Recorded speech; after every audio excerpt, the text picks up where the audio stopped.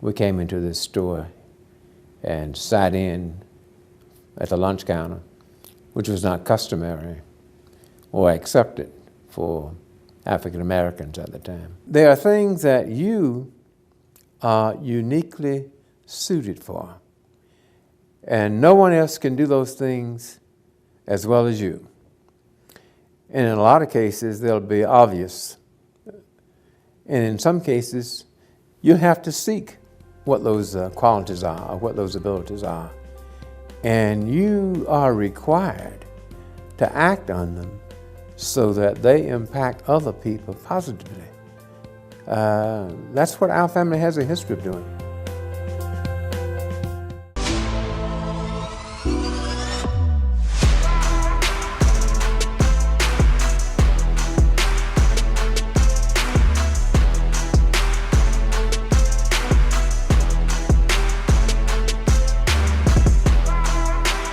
Hey everybody, welcome to the Soul of a Man podcast. I am your co-host DB. I'm here with my man. And I'm Michael Humphrey, aka Chill. Yo brother, good seeing you. You as well. It's been a minute, man. You as well. You as well. Hey, we got a special guest with us here today. Yes, sir. He's a friend of ours from 40 years now. He's a fellow Aggie Pride. Aggie Pride. He's a brother from Charlotte, North Carolina. That's home. And I won't get into too much of his background, we'll let him do that. But we have with us today none other than our brother Frank McCain. Frank, welcome to Soul of a Man. Hey, thank you very much for having me. Good to see you both. You too. And good to see you both. It's been a long time.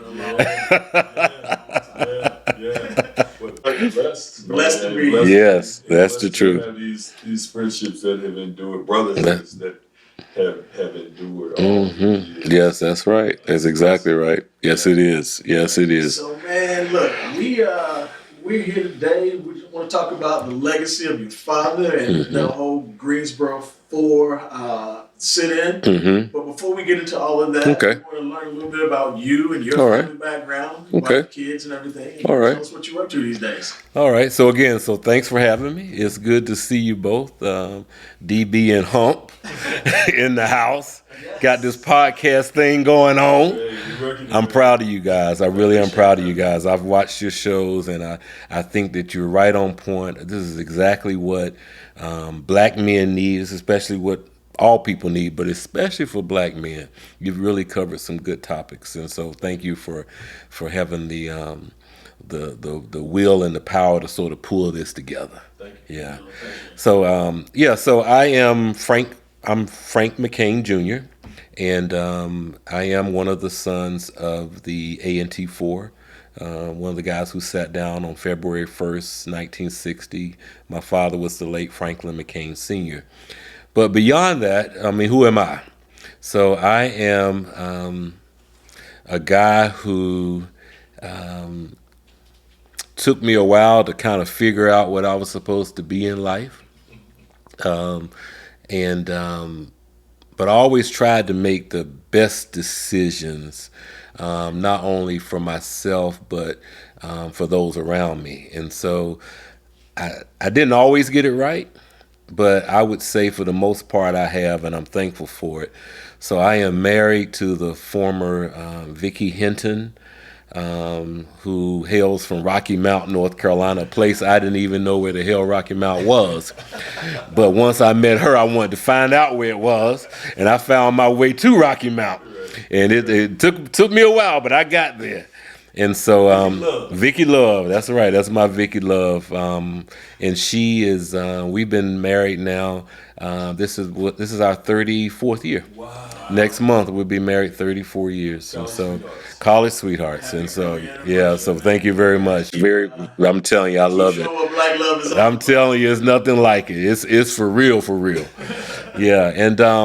And as a result of our union, we have 2 children. They're adults now.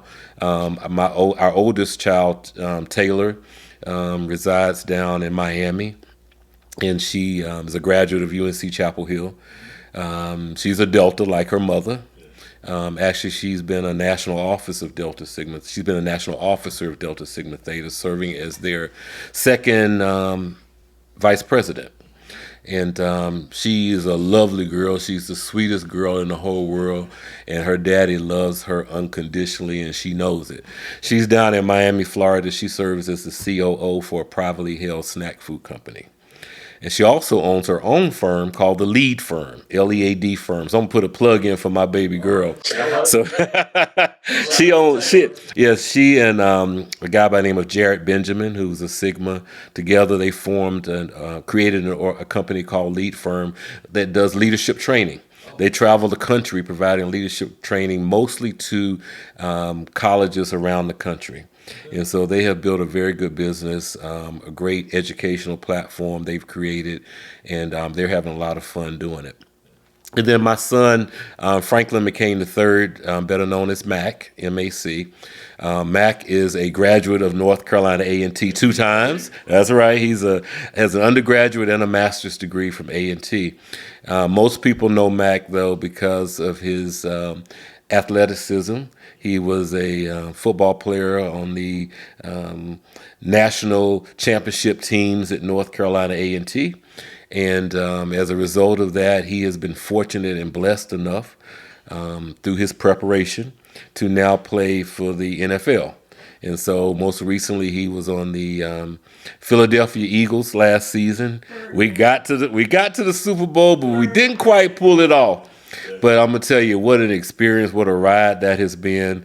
And I'm proud of him as well, because he started off at a very early age knowing that he wanted to play professional ball. He thought it was going to be basketball.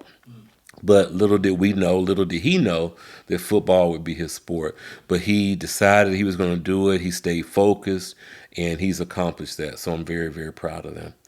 I will announce on your show that I have just taken a new job assignment, and it is not known until now that I am the new president and CEO of the United Way.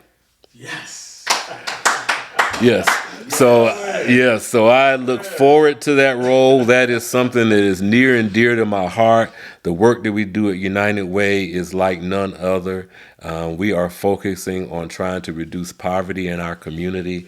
And I'm going to tell you, I just feel privileged to be able to serve at the helm as the president and CEO going forward. They are blessed to have you. Thank you. I know you spent time there in other roles, right? And to hear right now, it's gone full circle. Yes. And they will be led by your greatness, man. I'm full right now. Thanks a lot, Mike. Man. Thank you for breaking that on our show. On your show, that's right. You got the Oprah story. No, I saved that for you. So you got it before the news and record. You got it before anybody. Fantastic. Yeah. So thank you very much. And you know, and it's a result. Truly, it's a result of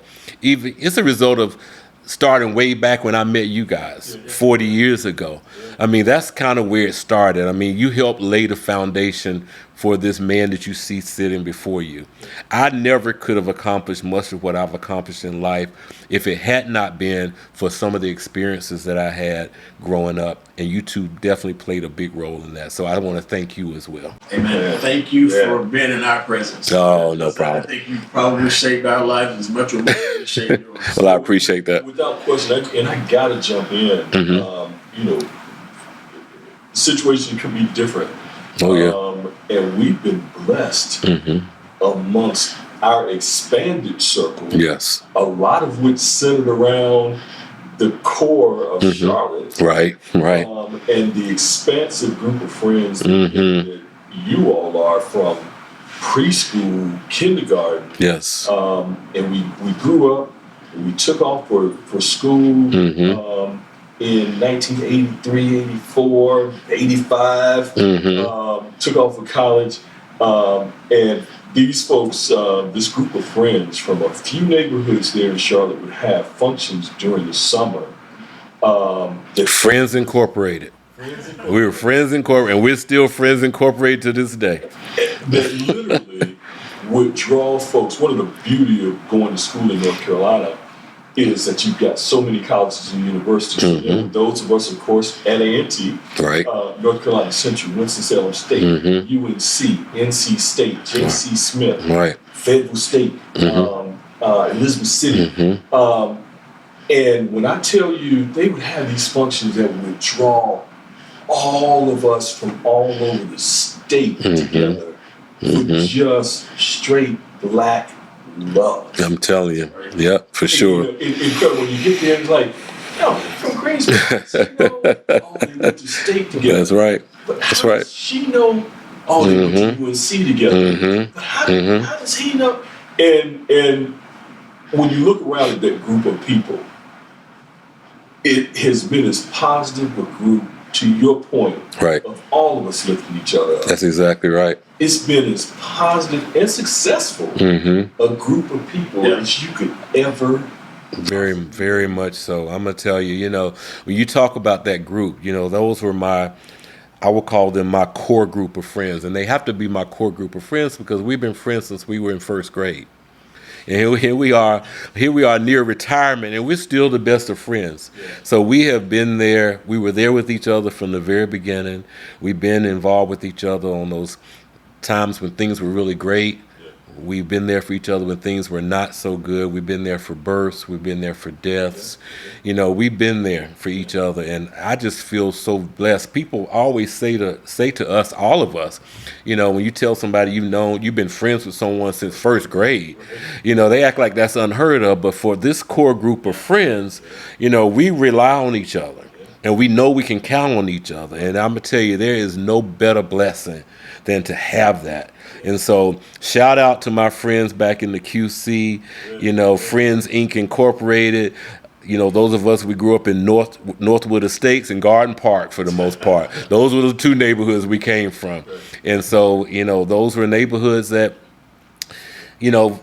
back in the day were where middle-class black families lived.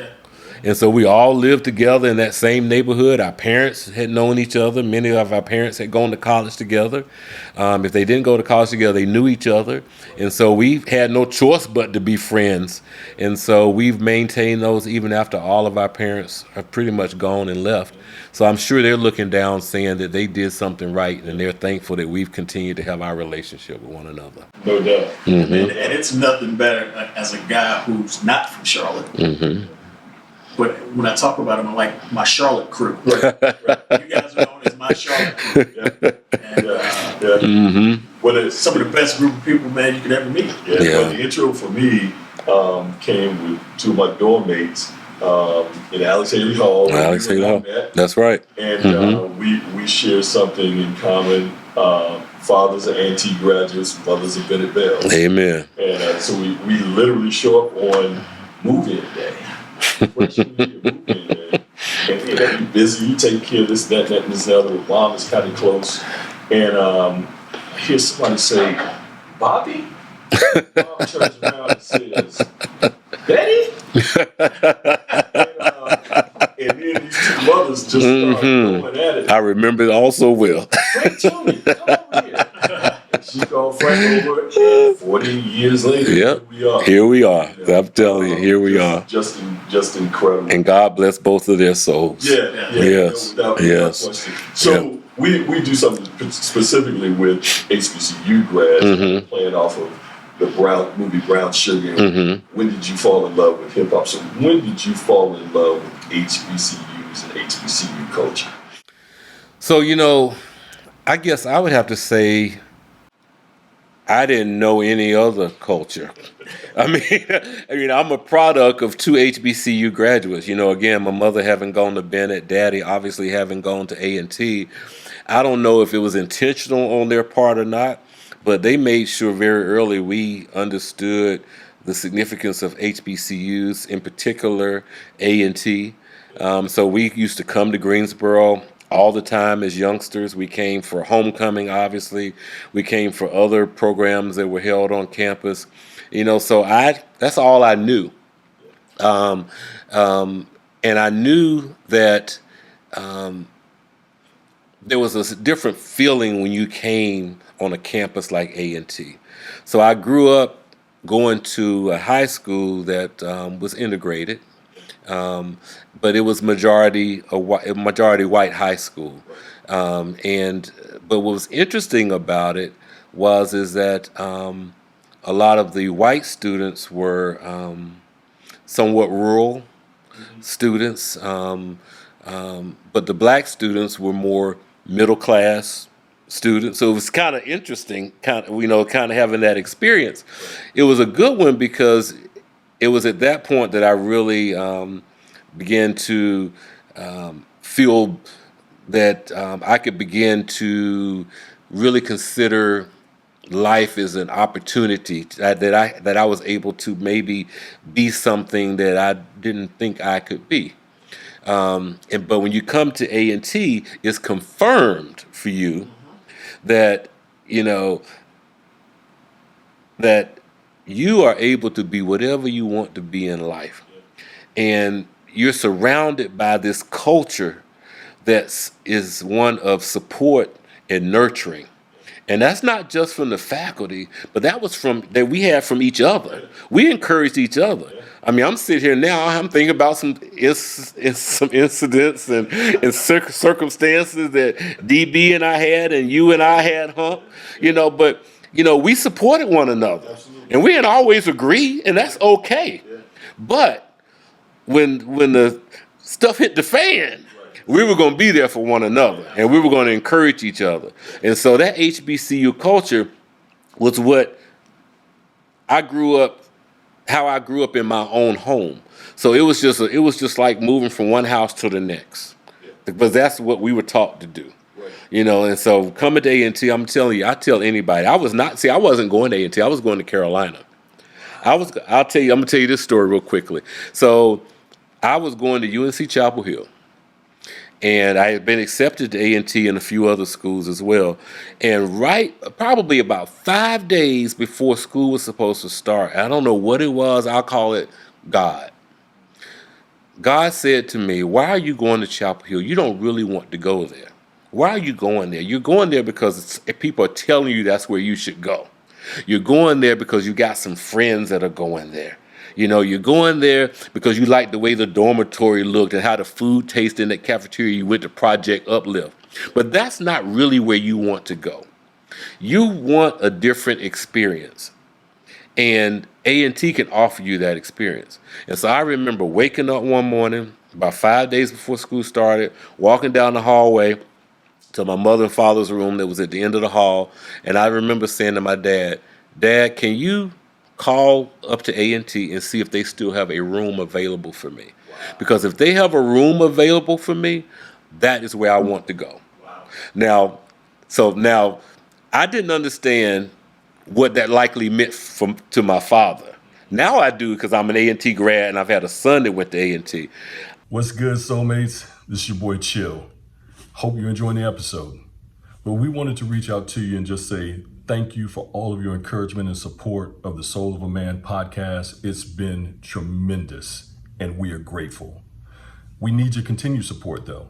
So while you're watching the episode, make sure that you click like, and also make sure that you subscribe to our YouTube channel. Truly, from our soul to yours, thank you. Now let's get back to the episode. Your legacy, and you mentioned, which some of our viewers know, some of them don't. Mm-hmm. The Greensboro 4, you refer to it differently. Yes. As the A&T 4. Tell us who they are and give us the background on that. I'm wearing a t-shirt that says, I like that, 1960 City Movement. Mm-hmm. And when you look back over the history of the civil rights movement, this was so impactful. Right. And your father at 17 was a part of it. We talked a little bit before we started this, right, and said, at 17 years old, we think about sitting down, but not at a lunch counter.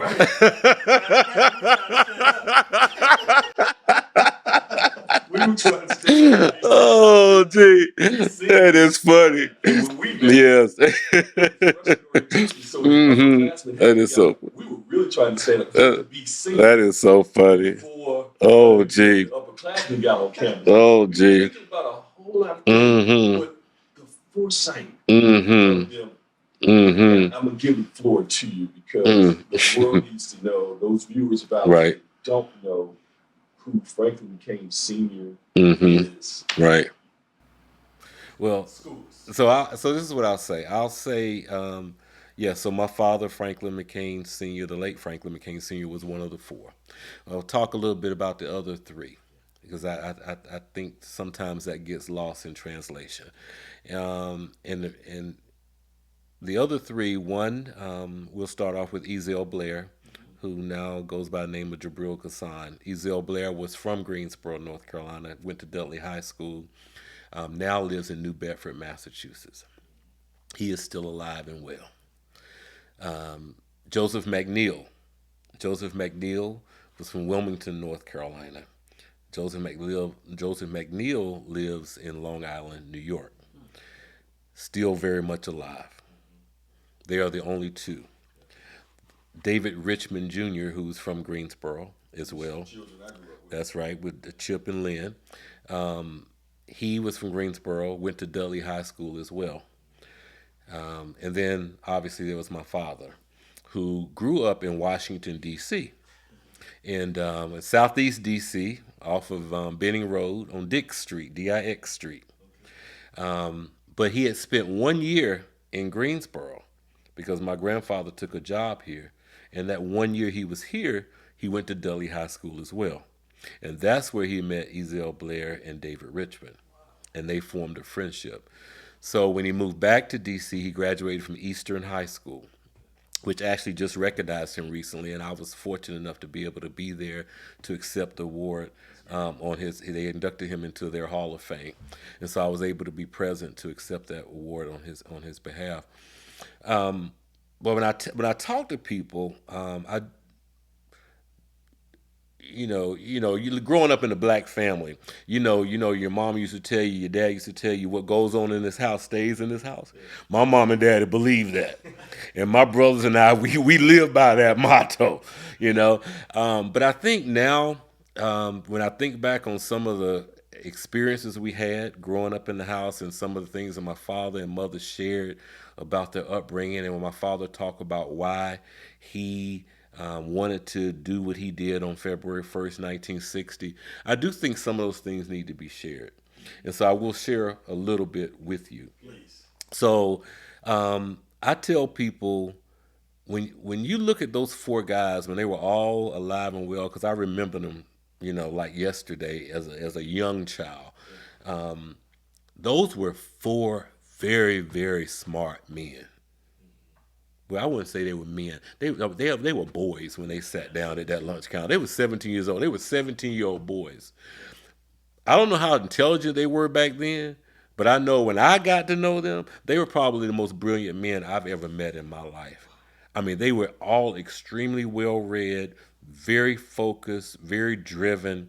I mean, you couldn't ask for better role models, And when you talk to them about why they decided to do what they did, from my father's perspective, it was because he had been told, he said in his own words, that his mother had sold him this big black lie. And I was like, well, Dad, what is this big black lie? Well, this big black lie is that his mother had told he and his brothers and sisters that they needed to go to college, get an education, and they could be whatever they wanted to in life. And my father said he bought that because when he was in Washington, D.C., he didn't really see or experience a lot about what was going on down in the South. So he was working at Ben's Chili Bowl, working at Ben's Chili Bowl, and he was moving around D.C., and he just felt like he had all this opportunity. He was a good student. But it wasn't until he came down south that he said things were very different, and he didn't have a strong appreciation for how things were here. And he was a little upset, he said, with those that had come before him who had, in his mind, settled on this is just the way it is. And my father says, no, it's not just the way it is. And I don't want it to be this way for my children or my grandchildren. And so I've got to do something. Would it have been that different in D.C. at that time? He says it was very different. He said it was very different in Washington, D.C. Well, I guess Washington, D.C. was, I don't know how chocolate it was. They call D.C. Chocolate City. Blacker than most. But blacker than most, I guess. And people probably were a little bit more progressive in thought. And then, yeah, that's true. That's exactly right. And then, quite frankly, when you move to a big city, you haven't lived in New York, folks stay in their lane. Yeah. I mean, they don't really care so much about what somebody else is doing. Right. That wasn't the case here. And so my father talked about, wanted to make a difference. And how do you do that? And so that was that connection that grew between he and those other three gentlemen, because they had a shared vision about what the world should look like and how they wanted to be part of the solution rather than the problem. My father said that the tipping point for them, he believes, was when Joseph McNeil, who was in the military and serving in the reserves while they were a student, had gone away for the weekend and came back to campus on that Sunday telling my father and the other two gentlemen what he had experienced on his trip back from being in the reserves. He was in his military uniform on the bus. The bus stopped somewhere in rural North Carolina, in between wherever he was. I think it was Jacksonville, North Carolina, and Greensboro. And when he got off the bus to go into the restaurant, because the bus stopped for them to go into the restaurant and go into the restroom, he got to the front door and he was stopped. And the person at the door told him, "We don't serve your kind in the front. You need to go around back." Now, this is a man who had been away for the weekend training to protect and serve his country and is in a full military, uniform. And he's being told, you're still less than. And so Uncle Joe I call him Uncle Joe. Uncle Joe talks about how that felt that day. And still having to sit on the back of the bus. And so when he came back and he talked to Uncle David and we call him Hoppergrass, Uncle Hoppergrass, and Ezell and my father, it was my father says, we've got to do something. And they will tell you, my dad said, we got to do something. This is some BS. We have got to do something. And those four gentlemen had the wherewithal to really sit down and really think through what they were going to do. Now, did they have any idea that their actions would spread across the nation and have the impact that it would? No. Did they do it because they wanted some level of notoriety or attention? That's not why they did it. It was not self-centered at all. They really were thinking about future generations. They actually had probably figured they didn't have a chance. But they did not want that to be the case for their children and their grandchildren. And so it was at that point that they decided we're going to figure this thing out. And they had a couple of adults that they consulted with along the way. But they went down there as 17-year-old boys, walked down to Elm Street and took a seat at that FW Woolworth lunch counter, as my father would say, realizing that they might come back in a cardboard box. But they were willing to make that sacrifice. They were willing to make that sacrifice because they saw that as a solution, as a solution to social issues that had existed for years and years and years that they wanted to see an end come to. And so, you think about that, your willingness to die for something. I tell my wife, who's a Presbyterian pastor, they talk about how God, allowed his son, Jesus, to come down here and down on the cross. Well, I got a son, and I'm going to tell you, I ain't giving my son up. That's not going to happen. Right. So you think about that. Think about how powerful that is. Yeah. Somebody was willing to give their life or give the life of their child to make a difference. That's incredibly powerful. And so I'm thankful for people like the A&T4, and I call them the A&T4 because they did not get a lot of support from Greensboro, so to speak. What they were told is, you guys are acting crazy. You guys shouldn't be doing this. My dad and the other guys would tell you that all these other guys and women were supposed to come with them on that day. And when they got ready to go, it was just the four of them. Yeah. Now, he said people came, flocked to the scene the next days, but that first day, nobody came. And that's why my father would always say, if you're going to make a change, if you feel it's within your heart that you can make a difference and make a change, my father said, don't wait on the masses. Because the masses, he said, the masses will not come. Don't wait on the masses. And so I've lived my life like that. I've not been willing to wait on the masses. I'm just not willing to wait on them.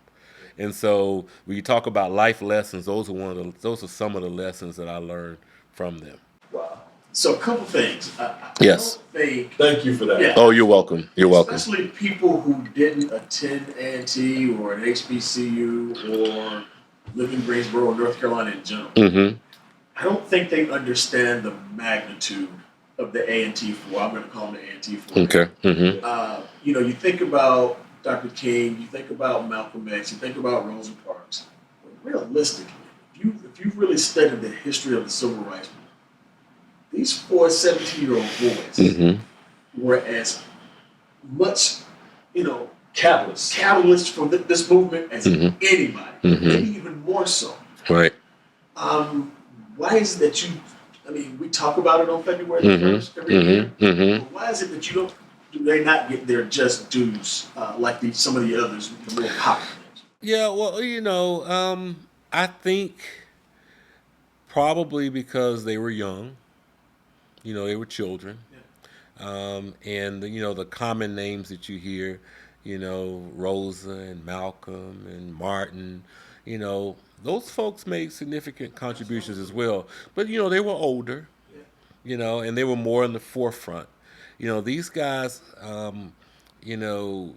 started a movement that spread across the nation. And so they didn't necessarily, it wasn't their intent to stay in the forefront. They wanted to get something ignited. And it ignited and it spread across the country. Now, I will say that in the last 10 years or so, there has been a lot of attention drawn to what those four boys have done. They are parts of that lunch counter, the very lunch counter they sat in, that are in Greensboro, North Carolina, at the International Civil Rights Center Museum, which happens to be in the FW Woolworth building where they actually sat in.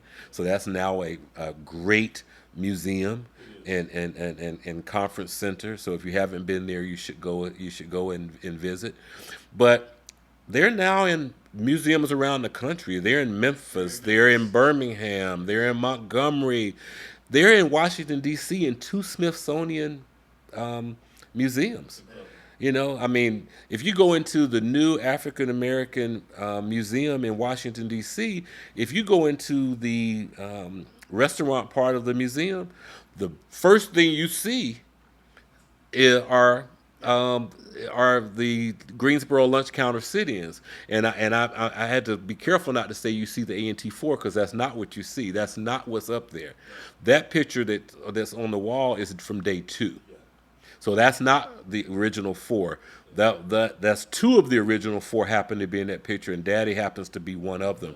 But that's not the A&T4. But yet and still, there's representation there about the lunch counter sit-ins that started in Greensboro on February 1st, 1960.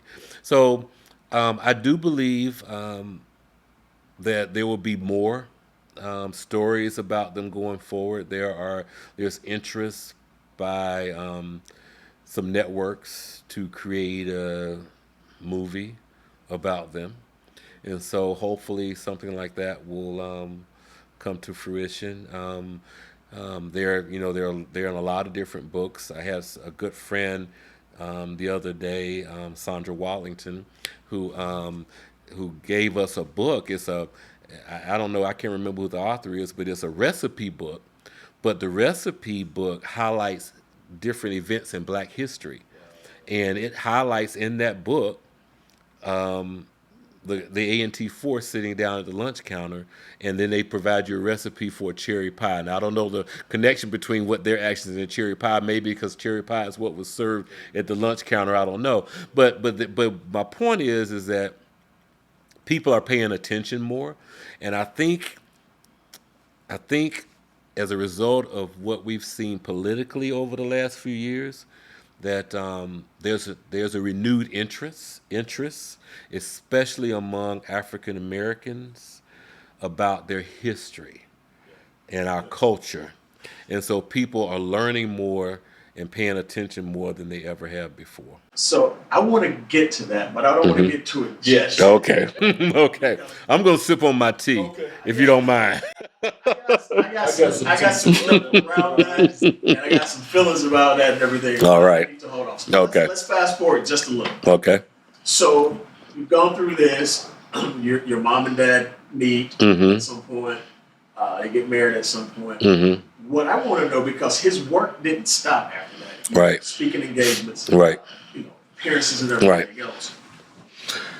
You got to have a strong woman by your side to say, hey, you're gone. Right. Gone, Right. but whatever. I'm gonna be okay. I'm gonna watch these boys. You go out and you have this engagement. You have this meeting. You do this. Right. What type of role did your mother play? Because I think she's just as big and it's just as important as Frank. Let me tell you. A quick lead into that. Were they dating when this happened? Okay, so I appreciate you asking that, DB, because that is very important. Yeah. That is very, very important. So let me talk a little bit about my mother, Betty Davis McCain, from Waynesboro, Georgia, right outside of Augusta, Georgia, from the bird dog capital of the world. At a place that you've never been to and probably never will go to, but some of the best people in the world down in Waynesboro, Georgia. That's where my mother grew up. My mother had gone to a boarding school called Boggs Academy, which was in Keysville, Georgia. And it was there that she met a lady by the name of Lottie Shaw. Lottie Shaw lived in Philadelphia, was married to Reverend Bill Shaw, who happened at one point was the president of the National Baptist Convention. Lottie saw potential in my mother and talked to her about going to school. My mother was the oldest of 10 girls, born to Georgia and Alberta Davis at 511 West 8th Street in Waynesboro, Georgia.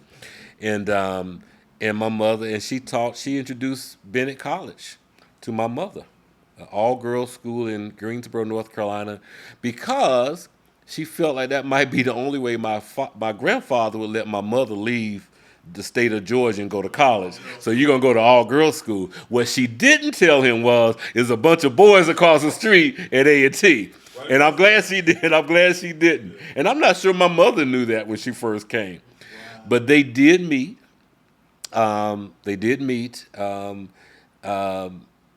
Shortly before the sit-ins. Shortly before the sit-ins. I wouldn't say they were dating at that point. But shortly before the sit-ins, they met. Well, I guess they might have been dating a little bit, but I don't think it was a true connection at that point. But my mother graduated from Bennett, and my father obviously graduated from A&T. Daddy graduated with dual degrees in both chemistry and biology. My mother was an elementary school education major.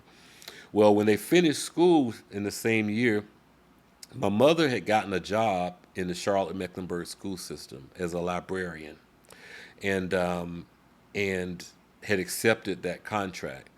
My father, unfortunately, having graduated from A&T summa cum laude, did not have a job. And that's another story within itself. But real quickly, well, he didn't have a job because he had been labeled a troublemaker. Again, another story all by itself. So he didn't have a job. And fortunately for him, I told you he was a brilliant man. He knew he had met this great woman in my mother. And he didn't want to let her get away, because if he had let her get away, he probably would not have reconnected with her. Somebody else in Charlotte would have seen her greatness. So he agreed to move to Charlotte with her and look for a job. And so that's how we ended up in Charlotte.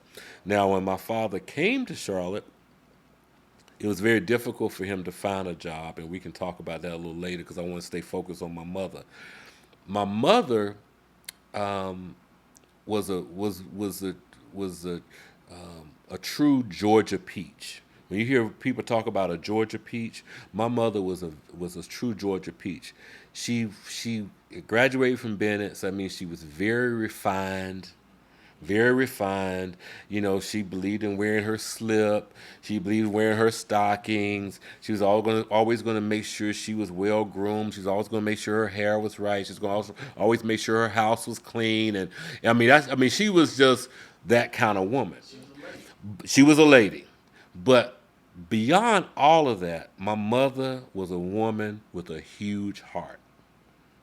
She really had a huge heart, and she gave unselfishly of herself to everyone, but especially to my father, because she believed in him.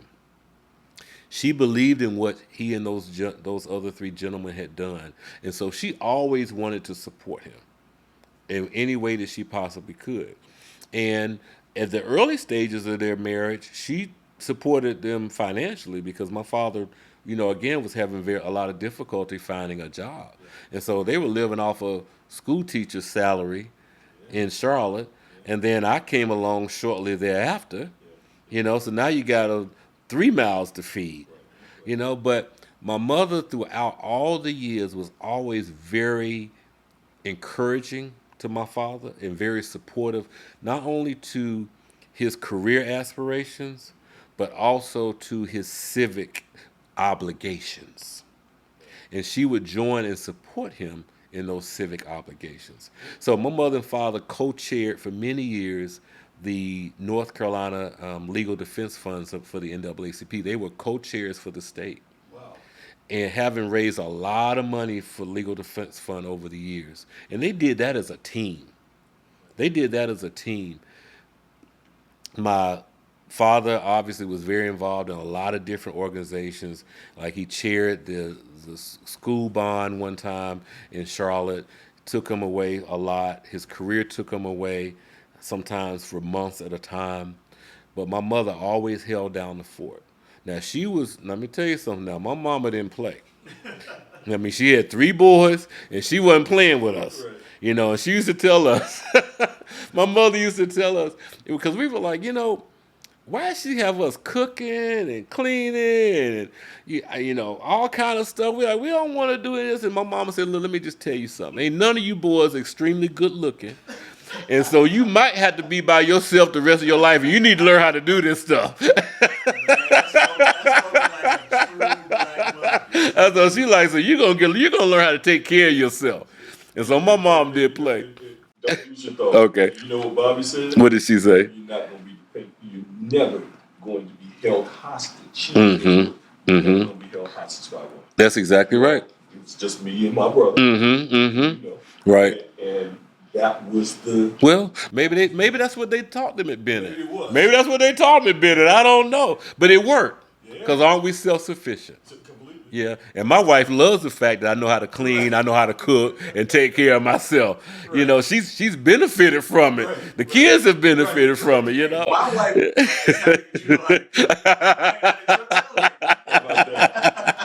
Well, cooking is therapy. It's therapeutic. It really is. But no, so my mother, I'm telling you, my mother was the salt of the earth. I mean, and we miss her tremendously, but I'm gonna tell you, she left us with a strong sense of with I'm talking about me and my brothers, with a strong sense of who we were and what we were able to be, and that we had the complete package. She and my father had equipped us with everything we needed to be successful and self-sufficient in life. And so I am eternally grateful to her and to him for what they did for us. In lieu of the city movement, Mm-hmm. Finished with school, the whole 9, had some difficulties finding the Mm-hmm. role, the next Right. role, Right. out of school with all of his brilliance. Right. Labeled as whatever. A troublemaker. Labeled as a trouble. That was the label. Okay. Okay. Mm-hmm. We're in an era in that time frame between 55 and 68 where people are being assassinated Right. for Right. their involvement in you would have been baby. Did you ever get any sense of fear around it, or even later that they had their own concerns Oh, yeah. for your dad and for each other? How safe are we? I think Rosa was 1955. The Birmingham bus boycott in that same time frame. 63, I think, was JFK. 68, Bobby and MLK. Right. 63, I think, was Medgar Evers. I mean, it's a rough. Rough period. We were born. It's a rough period. It's a rough. It's a rough period. Yeah. Were they ever fearful of any type of backlash, retaliation? So did they experience? Yes. So we were always very well aware of our surroundings, and we were always we were taught to always know that even though we might not think somebody's looking, they're paying attention. And so my father was extremely protective of us, but not to the point where it discouraged him from continuing his activism. That nothing was going to stop that. But we didn't have a lot of visitors to our home. I'll give you an example. One of my very best friends in this world came to my house, to my parents' home, after my father passed. So my mother died first, and my father passed. And I remember telling my friend, I said, well, I'm going upstairs, come up here with me in my mother and father's house. Now, we've been friends for a long time. He said to me, oh, I've never been upstairs in your house. And I was like, you never been upstairs in my house as many times as you've been here?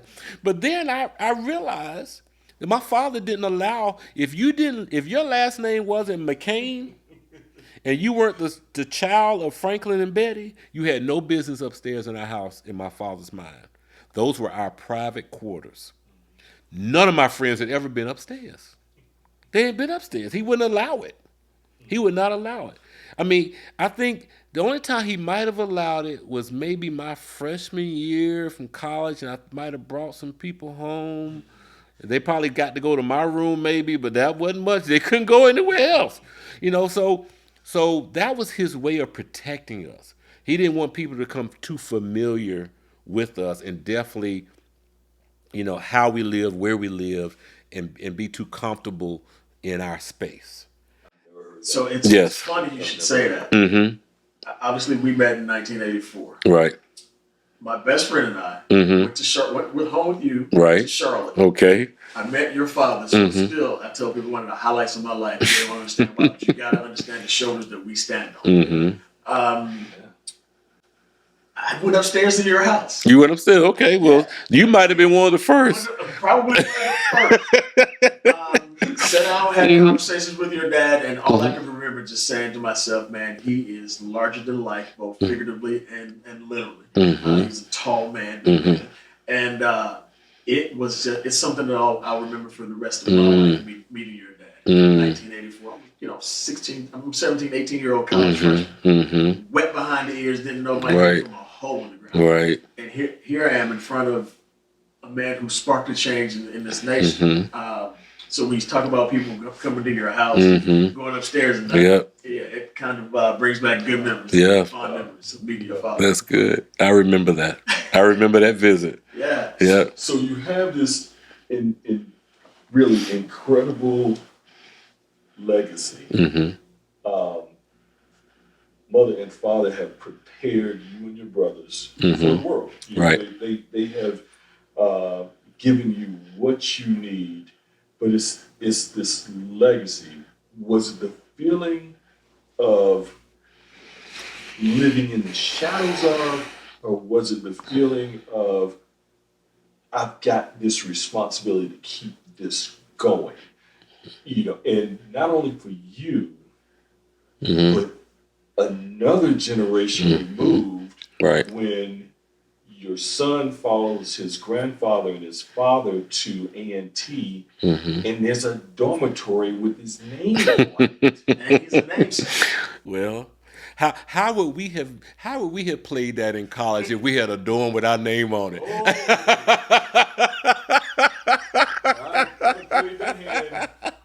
Exactly.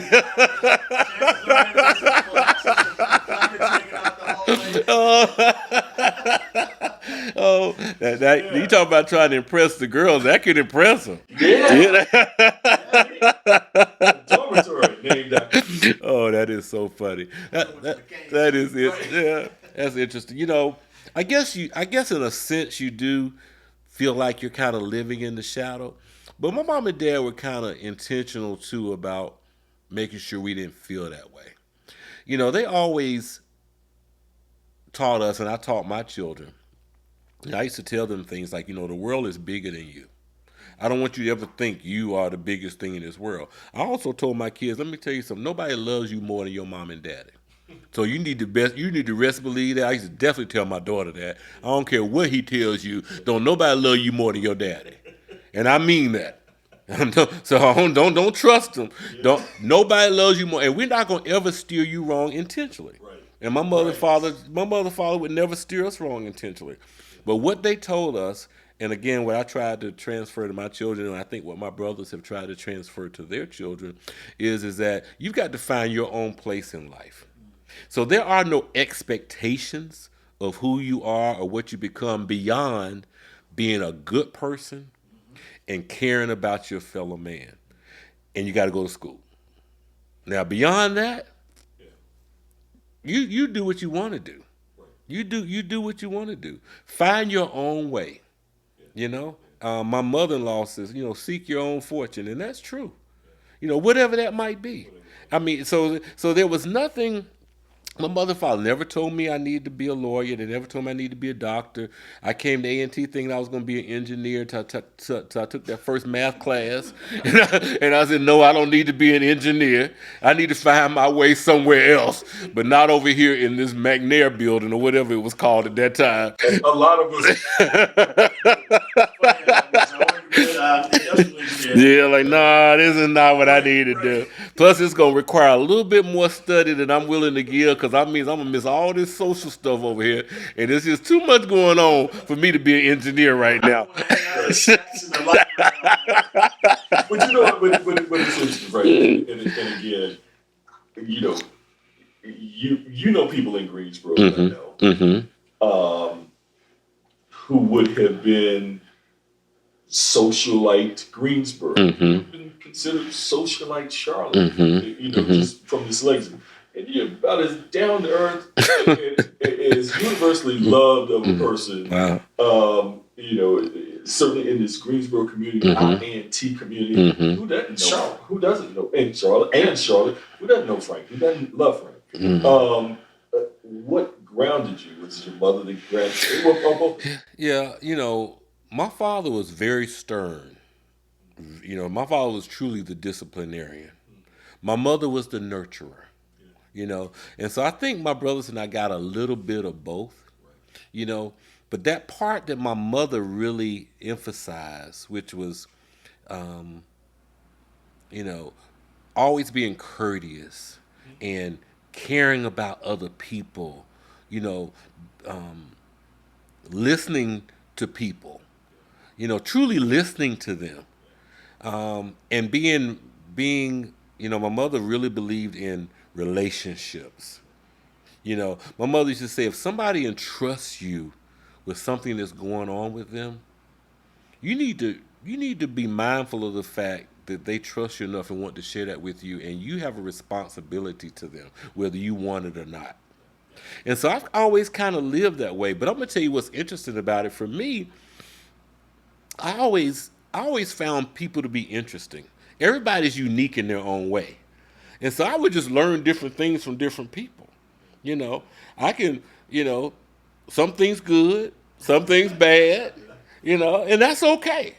That's okay. But I was grounded enough to kind of be able to separate myself from some of the bad stuff. Not all the time, but sometimes, But I think it was. I would say my mother probably played the biggest role there because she made sure we stayed balanced. She made sure that we never thought, and to this day, that you're better than the next person because you're not.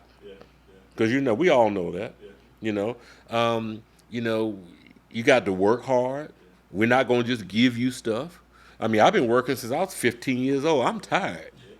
You know what I'm saying? I'm tired. I remember I remember working at Lance Products where there's a snack food company. I used to be there. I used to work the 7 o'clock a.m. shift to I think I got off at 3, and then I had a buddy who I met at Lance named Sam that would let me come over to his house and take a nap because he lived close to Lance and my second job at Hertz Rent-A-Car.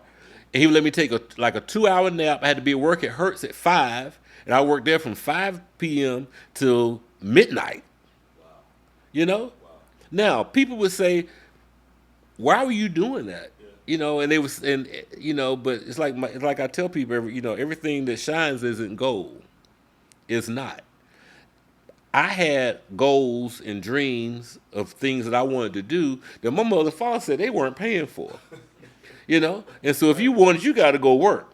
And so I ain't mind working, and I worked. I mean, you imagine, look at that day. You talking about working start at 7 a.m. in the morning, and you finishing at midnight. That's a lot. That's a long day, and you start all over again 7 a.m. that next morning. I ain't even have time to go to the bank and cash my checks. Because there was no direct deposit back then. I don't know if y'all remember. There used to be a time there was no direct deposit. But I couldn't get to the bank to cash my checks. But that taught me something. That taught me about having to stay focused and working hard, and being willing to sacrifice. And those are things that my mother and father taught us, and they could, yes. I grew up in a fortunate situation, and I realized that. I did. There was nothing that we needed that we didn't have. There was nothing we needed, but we didn't get everything we wanted. You got some things you wanted, but you didn't get most of the things you wanted, to be honest with you. Because my mother and father wanted to make sure that when their heads got cold, that we were equipped to be able to take care of ourselves. And their work has not been in vain. So let's fast forward because time's ticking. Okay, go ahead. I'm sorry. Man, no, it's been great. Okay. This could be 3 hours. Okay. So, we mentioned this earlier, so we get back to it. Mm-hmm. So the current climate. What would, if your dad was alive today, and or mom, what would you think they would say about the two things: the current climate of America, and then the current climate of Black America? Ooh, Lord Jesus. We've heard this over the years posed. Martin Street. What would Martin think of his? What would your parents feel about our current state? And what do we need to do about it? Or what can we do about it? So I can hear my father's voice. Okay, bring it. I can't give it to you like he would give it to you. But let me dress it up a little bit. Because remember, my father's from Southeast D.C. So what you saw publicly wasn't always what was said at home. But I think to summarize it, my father and mother would be very disappointed in what's happening right now. My father would feel like we've gone to sleep at the wheel. He would be very upset hearing young voters, especially young voters of color, who say they're not going to go vote because they don't like this candidate, don't like that candidate, don't like anybody who's running. He would just flat out probably tell them that you sound like an idiot. But I think the biggest disappointment, I know the biggest disappointment for he and my mother would be the lack of continued conviction on behalf of the African American community in support of civil rights and equality. I'm trying not to use this one example that keeps coming to mind, but I don't see how I can't talk about it. Like, growing up, my mother used to tell my brothers and I, you don't go to parties you're not invited to. If you're not invited to a party, you don't go. I still live by that to this day. I'm not invited, I don't go. And it's okay, my feelings aren't hurt. They really aren't. Because first of all, you can't invite everybody to everything. And if you know a lot of people, you surely can't invite everybody to everything. And so I'm okay when I'm not invited to a party. But when it's some parties you're not invited to, and you're not invited because of the color of your skin, or because of your sexual preference, or because of your religion, that's a problem. That's a problem. And when you look at states like the Sunshine State of Florida right now, I don't think I've seen it in my lifetime any more obvious that there are people who are running that state who just don't like certain groups of people. They just don't care for you. And one of those groups of people are people who look like me and you. And so, in saying that, my father says the quickest way and the most effective way to get people to listen to you is where you spend your money. And what worked during the time of the sit-ins and bus boycotts and things of that nature is that our community united. And we made decisions about how we were going to move forward, and we stuck together, and we did it. Now, it appears that it doesn't appear. The reality is that we don't have that anymore. And it's sad because what we've done is we make personal decisions based on our wants and our desires versus what's best for our people and what's best for our country. Does it take an organization? Does it take National Black Caucus? Does it take an NAACP to galvanize that? Well, I don't think so. I think, in my opinion, the days of needing an organization to spearhead a movement is not a necessity. Now, I think those organizations still have some relevancy in this world. Don't get me wrong. But I believe that common sense should be our common sense, our Christian values, our upbringing, and our history should be those guiding principles about how we conduct ourselves right now. And so I personally have a problem with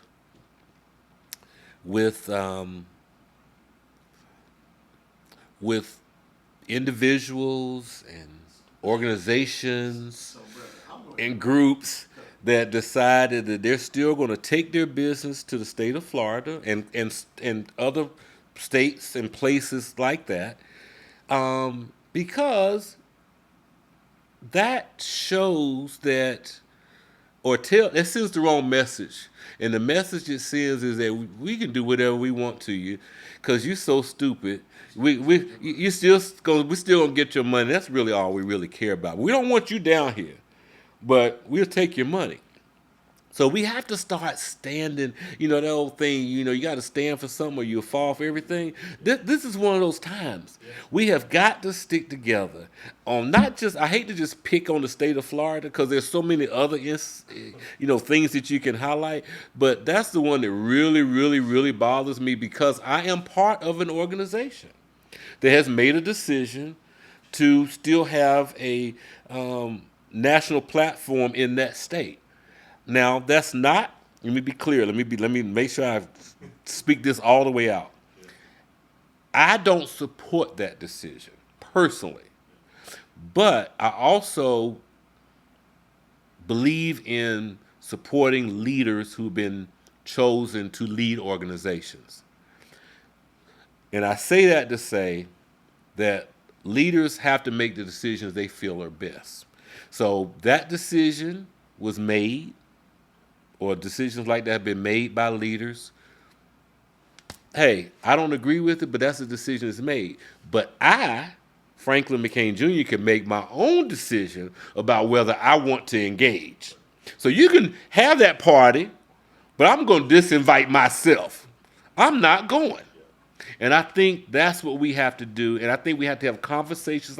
We have to have honest conversations about this. We really do. And people have to stop becoming defensive just because I don't agree with your opinion. I don't care about you disagreeing with my perspective on something, because I value your thoughts. I value your opinion. We don't have to agree on it, but I think it makes no sense for us not to have conversation or to act like it doesn't exist, because it's a real problem. And what does our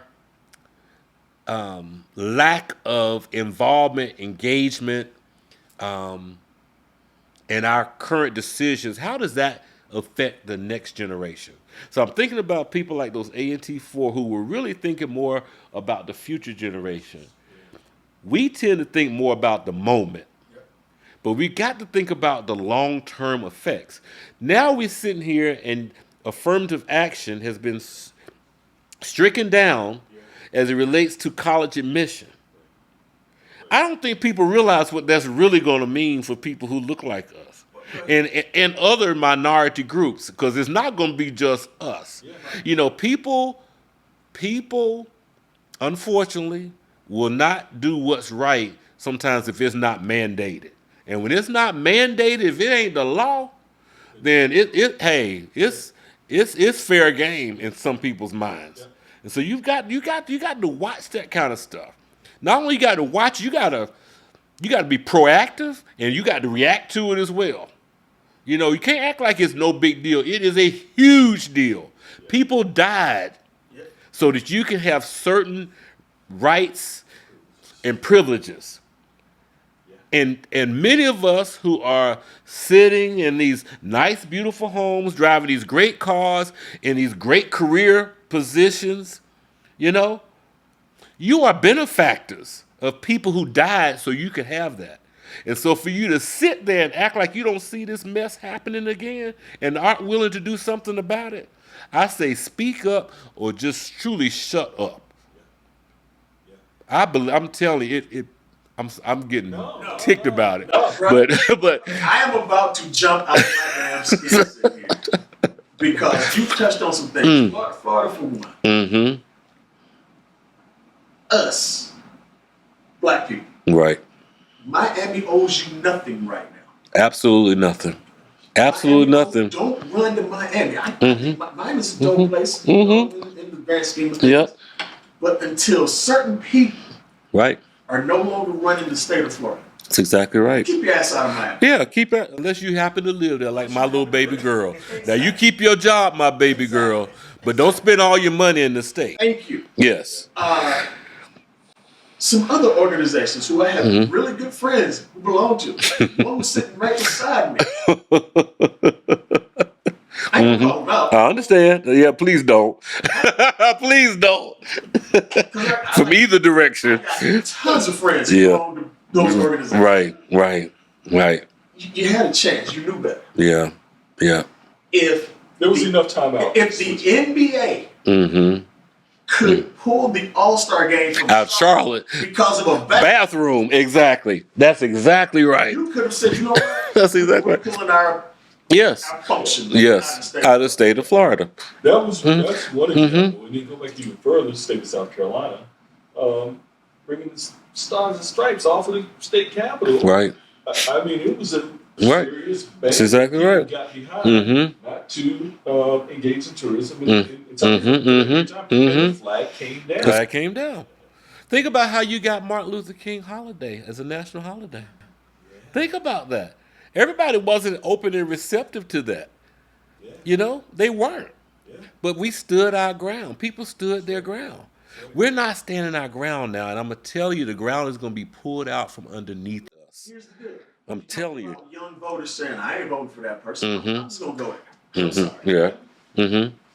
Gen Xers, millennials. Right. Millennials basically said to us, I'm going to vote for who I want to vote for. I'm going to vote for the guy who's promised me to take care of my student loan debt. Come on. Seriously, you think that's going to really happen? Right. Right. I'm going to vote for the guy who said I should have universal health care and not have to pay for it. Ask the people in Canada how to do it. Wait a year to see their doctor. Right. Right. Not going to work. So Hillary Clinton's running. I'm not voting for her because I want this guy. This is a young voter. Oh, yeah. It's ridiculous. Many of them first-time voters. I ain't voting for her. Many of them uneducated voters.